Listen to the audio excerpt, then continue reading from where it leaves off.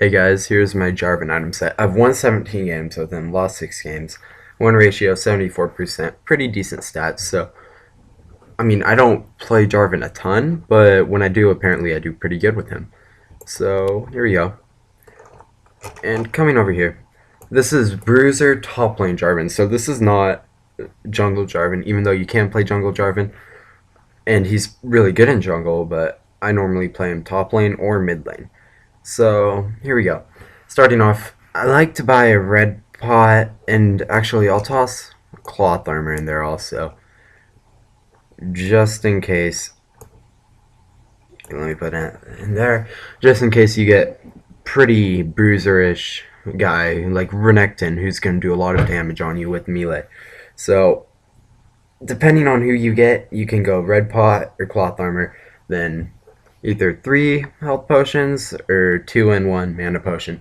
And I like the 1 mana potion because you can be really aggressive early game with your EQ combo, and then your passive hit that does extra damage on their current health and just completely dominate your other opponent.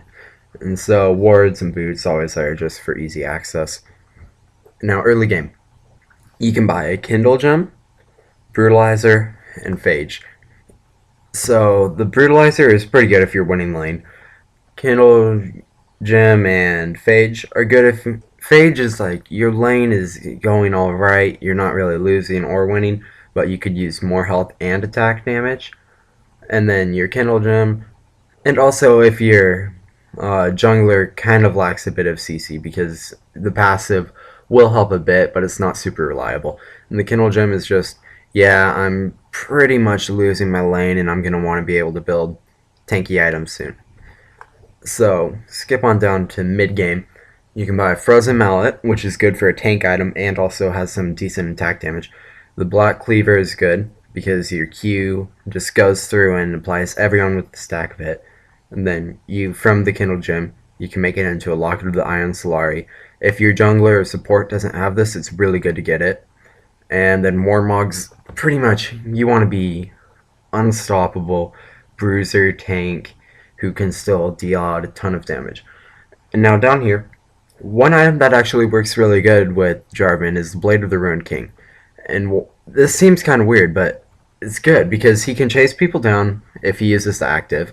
The passive works good with his also passive for just the champion itself, because I'm pretty sure it's 8% damage of their current health, and then this is 5% damage of their current health, so you do, like, boom, 13% damage of their current health. And then it's got lifesteal for sustain, attack speed, which he doesn't really scale off that well, but he has a decent attack animation.